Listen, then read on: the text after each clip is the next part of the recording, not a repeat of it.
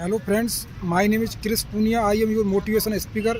Today मैं आपसे आज बात करूंगा हमारे मेडिकल कॉलेज के प्रोफेसर हैं, वो अपने स्ट्रगल के बारे में और उन्होंने किन किन चैलेंजों को फेस किया अपनी लाइफ में।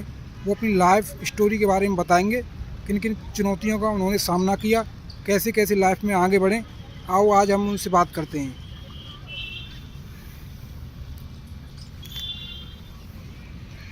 नमस्कार फ्रेंड्स, मेरा नाम डॉक्टर सौरभ शर्मा है। मैं भरतपुर के श्री जगन्नाथ पहाड़िया मेडिकल कॉलेज में ही एनेस्थीसिया का प्रोफेसर हूँ। मैंने अपनी ज़िंदगी जो है स्ट्रगल जो फेस किया था, सबसे पहले मैंने फेस किया था जब मैंने पीएमटी की तैयारी करी थी। मैंने कोटा से 2 साल पीएमटी की तैयारी करी थी और उसमें क्योंकि मैंने मेहनत कर ली और खुदा न खास्ता गलत चीज़ों की तरफ नहीं मुड़ा। गलत चीज़ें जैसे कि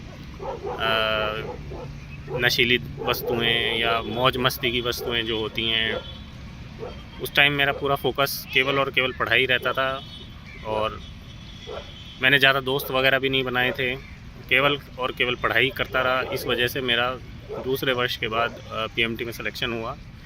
उसके बाद फिर मैंने MBBS करके और पीजी करके मैं एनेस्थीसिया में यहाँ इस लाइन तक पहुँचा। MBBS के टाइम पे सन 2017 में, मतलब MBBS के 1 साल ख़त्म होने के बाद मेरे को किसी ने हमारे उस समय श्री रामचंद्र मिशन संस्था के बारे में बताया और उसमें ध्यान के लिए किसी ने मुझे प्रेरित किया, मेरे फूफा जी ने, और मैंने उसमें ध्यान चालू किया। ध्यान का ये फ़ायदा रहा कि मैंने ये देखा कि कोटा के टाइम जब मैं पीएमटी कर रहा था, जब तो मेरे पास एक गोल था, एक लक्ष्य था कि भाई मुझे कैसे भी करके इसमें पास होना है वरना ज़िंदगी ख़राब है। लेकिन जब मैं MBBS में आया तो वहाँ जाके पता चला यार कि यहाँ तो और भी ज़्यादा लुभावनी चीज़ें और टाइम वेस्ट करने की चीज़ें हैं। और अगर आप सीधे आजकल, मतलब ये नहीं है कि आपने कोई भी कहीं सिलेक्शन हो गया और आप अपनी ज़िंदगी को ऐसे ही अस्त व्यस्त जीते रहे, तो इसका मतलब ये नहीं है कि आप आगे जाके बहुत अच्छे कुछ निकल जाएंगे या बहुत करोड़पति बन जाएंगे। ऐसा कुछ भी नहीं है दोस्तों। आप एक लाइफ को डिसिप्लिन के साथ जीना होता है। डिसिप्लिन का मतलब है कि आप एक नियम बांध लीजिए कि मुझे ईश्वर का कम से कम आधा घंटा या कम से कम आधा घंटा, ज़्यादा से ज़्यादा 1 घंटा मान लीजिए, तो रोज़ का देना ही है। ध्यान करना है। ध्यान भी प्रॉपर जो हमारे गुरुजी बताते हैं कि ध्यान जो है प्रॉपर हम हृदय में ही कर सकते हैं। जैसा भगवान कृष्ण ने गीता में कहा है, हृदय में पश्यसी। तो जो प्रॉपर तरीका है ध्यान का, ईश्वर का अनुभव करने का, वो हमारे हृदय में जाकर ध्यान के द्वारा ही हो सकता है। वह चीज़ मैंने उसी समय महसूस करी और मैं रोज़ इस चीज़ को नियम से करने लगा। कभी टाइम नहीं मिलता, डॉक्टर की लाइफ में वैसे ही काफ़ी व्यस्तता रहती है, अब तो बच्चे भी हैं तो इस वजह से टाइम नहीं मिल पाता, तो कोई बात नहीं।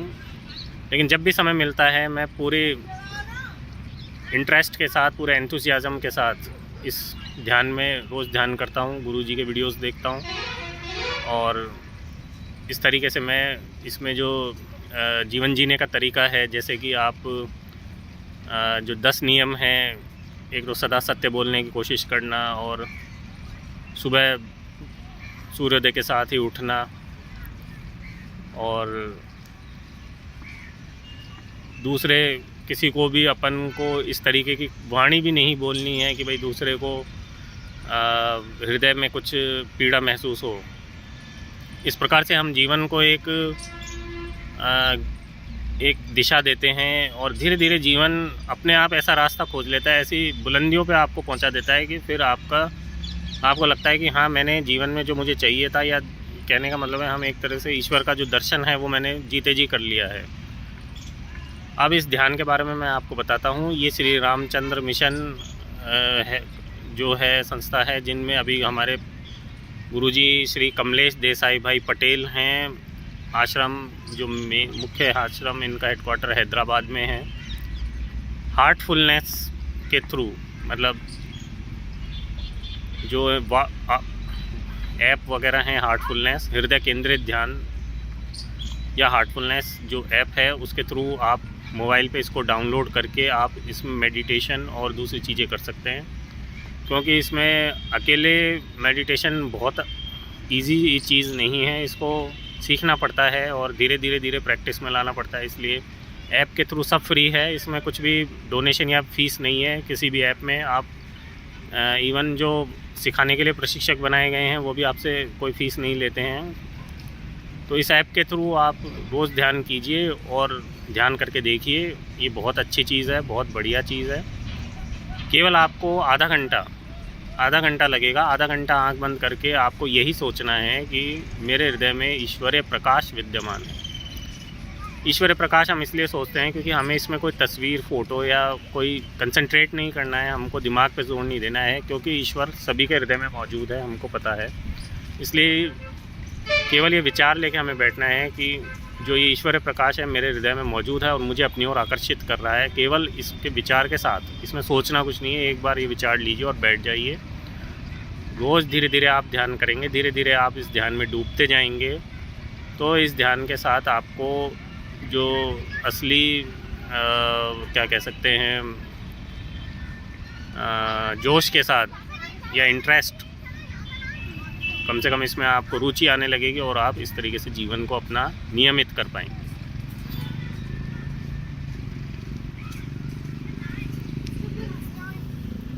ये थे हमारे मेडिकल कॉलेज के प्रोफेसर फ्रेंड्स। सो इनकी बातों को फॉलो करें, जीवन में आगे बढ़ें। और मैं इनका धन्यवाद करना चाहूँगा जिन्होंने लोगों को बताया कि जीवन में कैसे इंस्पायर हों। और एक चीज़ मैं इनसे दोबारा पूछना चाहूँगा कि जो व्यक्ति रिजेक्ट हो जाते हैं, रिजेक्शन उनके साथ हो जाता है या फेलियर हो जाता है, जीवन में सक्सेस अचीव नहीं करते, तो वो बहुत ज़्यादा डिप्रेशन फील करते हैं, निराश हो जाते हैं। उनके बारे में ये क्या कहेंगे? आइए थोड़ा सा दोबारा से इनसे बात करते हैं। ऐसा है, देखिए, डिप्रेशन एक कोई बीमारी है, बहुत ख़तरनाक बीमारी है। जो डिप्रेशन की चपेट में आ गया, तो सबसे पहले तो मैं ये कहना चाहूँगा कि घर पे एनवायरनमेंट बच्चों को ऐसा देना चाहिए कि उनको ज़ोर ज़बरदस्ती या फोर्स नहीं किया जाए। और उसके बाद उनके पास ऑप्शंस खुले होने चाहिए कि साहब अगर मैं इस लाइन में नहीं जा पाता हूँ तो मुझे और दूसरी कौन सी लाइन में जाना है। ठीक है, माता पिता और भाई बहन या जो परिवार वाले होते हैं वो जो कहते हैं बच्चों से या जिस बारे में उनको आगे बढ़ने के लिए प्रेरित करते हैं, वो उनका अपना जो विचार है वो एक सही दिशा में होता है। लेकिन जो मेन बच्चे फोर्स फील करते हैं या जो उनको जो एक अपमानजनक फीलिंग आती है, वो आती है अपने दोस्तों की वजह से, क्योंकि वो दोस्तों में खोए रहते हैं, ग्रुप में खोए रहते हैं, दिन भर दोस्तों के साथ बिताते हैं और जब सेलेक्ट नहीं हो पाते तो सोचते हैं यार दोस्त क्या सोचेंगे या मेरा मान हानि हो गई है। ये एक बहुत ख़तरनाक बीमारी है। इसमें सबसे पहले तो आप सही दोस्तों को पकड़िए, सही लोगों के साथ रहिए, मादक वस्तुएं एवं मौज मस्ती की चीज़ों से दूर रहिए। उसके बाद कोई बढ़िया तरीका जो है आजकल प्राणायाम है, प्राणायाम कीजिए 1 घंटा रोज़ सुबह, दौड़ लगाइए, ध्यान कीजिए, ये चीज़ें करें और पढ़ाई करें। और पढ़ाई जो काम आपको सही लगता है, जो हितकर कार्य है, जो आपको सही लग रहा है कि ये मेरे कैरियर के लिए अच्छा है, वो कीजिए। दूसरी चीज़ है, अगर आप डिप्रेशन में चले जाते हैं, रिजेक्ट हो गए और मान लीजिए आपको डिप्रेशन फील हो रहा है, तो उसमें घबराने की कोई ज़रूरत नहीं है। आप इसमें काउंसलर्स होते हैं, डिप्रेशन के कई तरह की काउंसलिंग दी जाती है। वैसे तो आप डॉक्टर को भी पूछ सकते हैं, किसी को कंसल्ट कर सकते हैं, माता पिता के साथ वहाँ जा सकते हैं। या दूसरी चीज़ आप सबसे बढ़िया ये कर सकते हैं कि ये जो संस्था से मैं गुरुजी की ध्यान की संस्था से जुड़ा हुआ हूँ, इसमें कोरोना के बाद से डिप्रेशन बीमारी काफ़ी फैली है, उसमें पूरे विश्व के लिए एक हेल्पलाइन नंबर इन्होंने चालू किया है जो 24 घंटे अवेलेबल है। उसमें अच्छे काउंसलर्स और डॉक्टर्स आपकी काउंसलिंग के लिए, आपको केवल बातों से समझाने के लिए सदैव तत्पर एवं तैयार हैं। आप वह नंबर भी ले सकते हैं, उसमें पता कर सकते हैं और इस तरीके से आप इस चीज़ का आप जो है वो दूर कर सकते हैं। ओके फ्रेंड्स, ये थे हमारे मेडिकल कॉलेज के प्रोफेसर। इन्होंने बहुत ही अच्छी तरीके से समझाया कि कैसे निराशा को दूर करें। तो इसी शब्दों के साथ मैं इस वीडियो को समाप्त करूंगा और एक मोटिवेशन आपको सुनाऊंगा। फ्रेंड्स, वक्त के बहते दरिए में कुछ तो कोशिश करो तुम। वक्त के बहते दरिए में कुछ तो कोशिश करो तुम। जीत अगर मुमकिन नहीं तो लड़ते लड़ते हारो तुम। तो अगर जीत मुमकिन नहीं है तो लड़ते लड़ते हार जाओ friends, but never give up. Okay, thank you friends.